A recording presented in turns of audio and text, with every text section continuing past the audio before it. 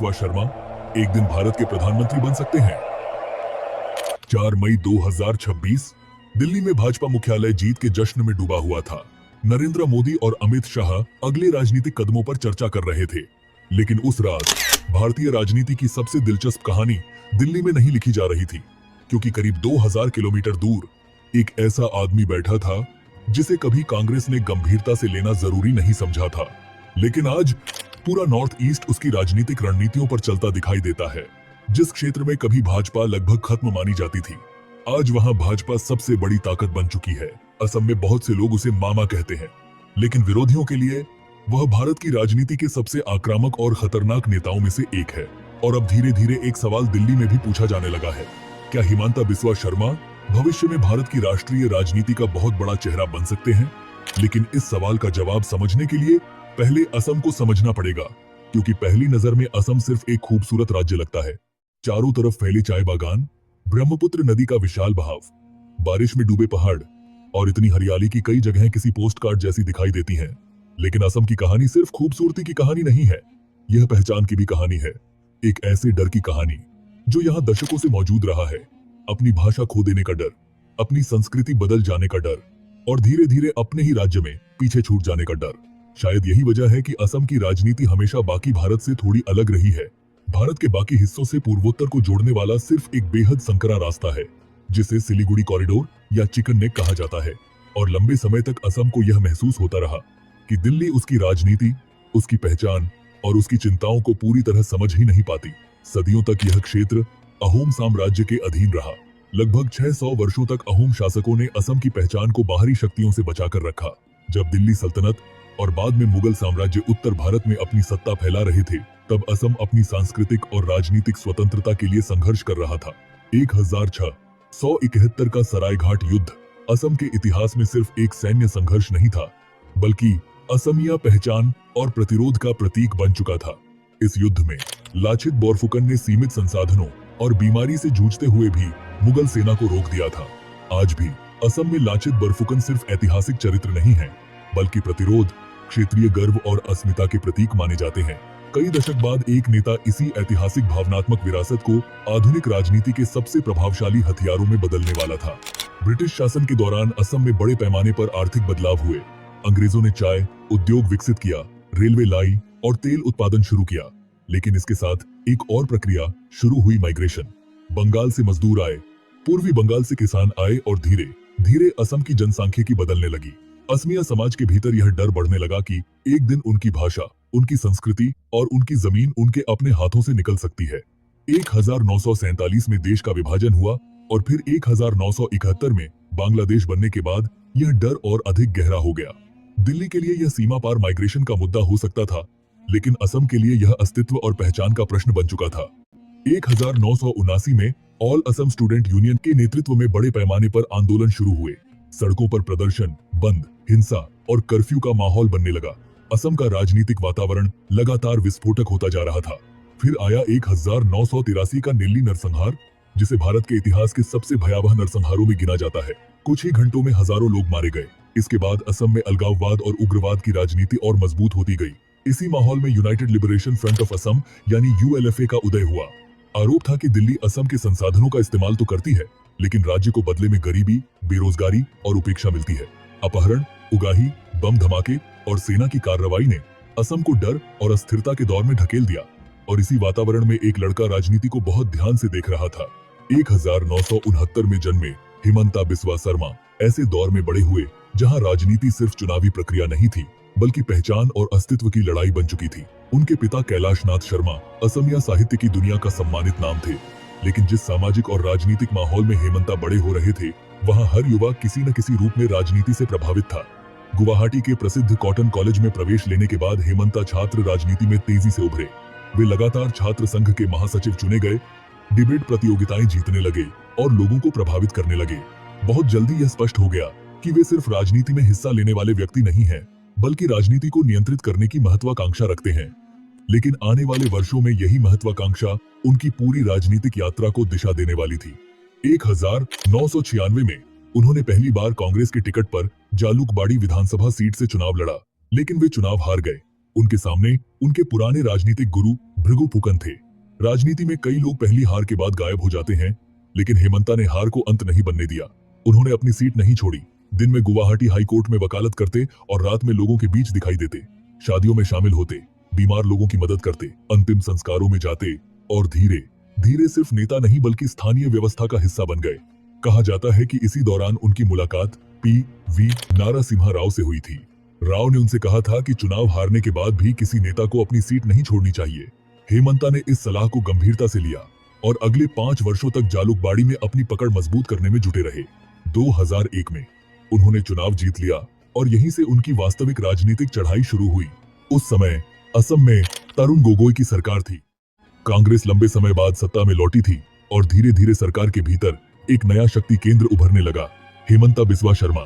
बहुत कम समय में उन्हें स्वास्थ्य, शिक्षा, वित्त और योजना जैसे महत्वपूर्ण मंत्रालय मिल गए। प्रशासनिक निर्णयों पर उनकी पकड़ लगातार मजबूत होती गई। अफसरशाही पर नियंत्रण, मीडिया प्रबंधन और विधायकों के साथ नेटवर्किंग ने उन्हें सरकार के सबसे प्रभावशाली नेताओं में बदल दिया। असम में यह मजाक आम हो गया था कि मुख्यमंत्री कोई भी हो, लेकिन सरकार चलाने वाला व्यक्ति कोई और है। उस समय राज्य लगातार बाढ़, हिंसा और पिछड़ेपन से जूझ रहा था, लेकिन हेमंता ने खुद को एक ऐसे नेता के रूप में स्थापित किया जो प्रशासनिक स्तर पर परिणाम दे सकता है। 2006 तक उनका कद इतना बढ़ चुका था कि उन्हें असम का भविष्य माना जाने लगा। लेकिन राजनीति में सबसे खतरनाक संघर्ष अक्सर उत्तराधिकार को लेकर होता है। धीरे धीरे गौरव गोगोई राजनीति में सक्रिय होने लगे और हेमंता को यह महसूस होने लगा कि जिस कुर्सी तक पहुंचने के लिए उन्होंने वर्षों मेहनत की, वह अब परिवारवाद की वजह से उनसे दूर जा रही है। उन्होंने कांग्रेस हाईकमान से बातचीत करने की कोशिश की। कई विधायक उनके समर्थन में बताए जाते थे, लेकिन दिल्ली की राजनीति असम की जटिलताओं को समझने में असफल दिखाई दी। इसी दौरान हेमंता बिस्वा शर्मा को यह महसूस होने लगा कि कांग्रेस के भीतर उनकी राजनीतिक यात्रा एक सीमा पर आकर रुक चुकी है। उनका मानना था कि वे असम की राजनीति को जमीन से समझते हैं, चुनाव जिता सकते हैं, संगठन संभाल सकते हैं, लेकिन इसके बावजूद दिल्ली का नेतृत्व उन्हें वह जगह देने के लिए तैयार नहीं था जिसकी उन्हें उम्मीद थी। दूसरी तरफ असम कांग्रेस के भीतर परिवारवाद और उत्तराधिकार की राजनीति लगातार मजबूत होती जा रही थी। हेमंता को लगने लगा कि जिस कुर्सी तक पहुंचने के लिए उन्होंने वर्षों मेहनत की, वह अब योग्यता से नहीं बल्कि राजनीतिक विरासत से तय होगी। और राजनीति में महत्वाकांक्षा सिर्फ पद की लड़ाई नहीं होती, वह सम्मान की लड़ाई भी होती है। धीरे धीरे कांग्रेस और हेमंता बिस्वा शर्मा के बीच दूरी बढ़ती गई।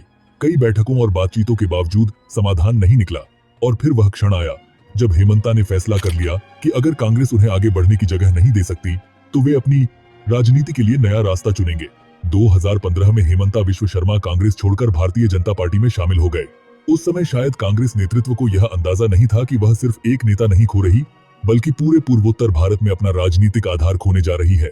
भारतीय जनता पार्टी लंबे समय तक पूर्वोत्तर भारत में सीमित प्रभाव वाली पार्टी रही थी, लेकिन भाजपा को एक ऐसे व्यक्ति की आवश्यकता थी जो नॉर्थ ईस्ट की जातीय, सांस्कृतिक और राजनीतिक जटिलताओं को अंदर से समझता हो।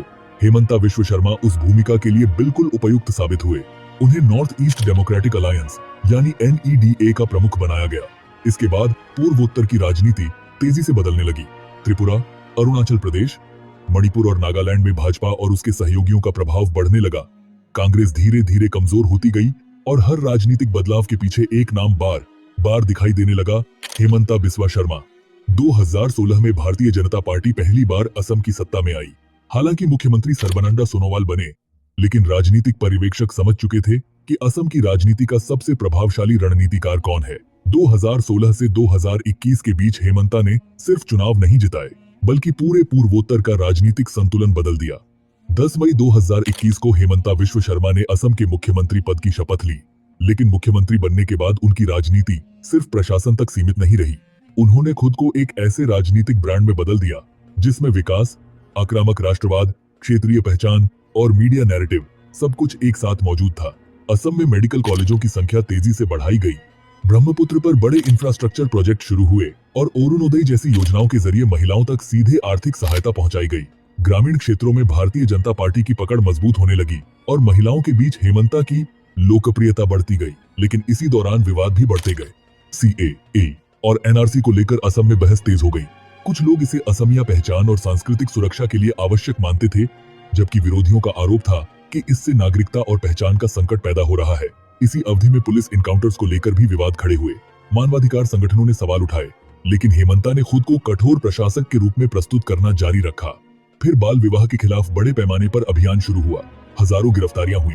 समर्थकों ने इसे सामाजिक सुधार बताया, जबकि विरोधियों ने इसे राजनीतिक टारगेटिंग कहा। लेकिन हर विवाद के बीच हेमंता ने एक चीज बहुत प्रभावी ढंग से की।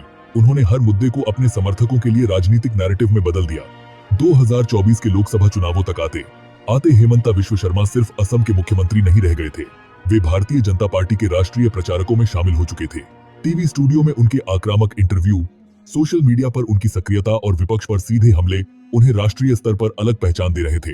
भारतीय राजनीति में अब ऐसे नेताओं की मांग बढ़ रही थी जो सिर्फ प्रशासनिक भाषा में नहीं बल्कि भावनात्मक और वैचारिक भाषा में भी जनता से बात कर सकें। हेमंता इसी शैली का प्रतिनिधित्व करते दिखाई दिए। वे खुद को सिर्फ भाजपा नेता के रूप में भारतीय राजनीति में नहीं बल्कि असमिया पहचान के रक्षक और आक्रामक राष्ट्रवादी नेता के रूप में प्रस्तुत कर रहे थे। और शायद यही उनकी सबसे बड़ी राजनीतिक ताकत है। भारत की राजनीति लगातार बदल रही है।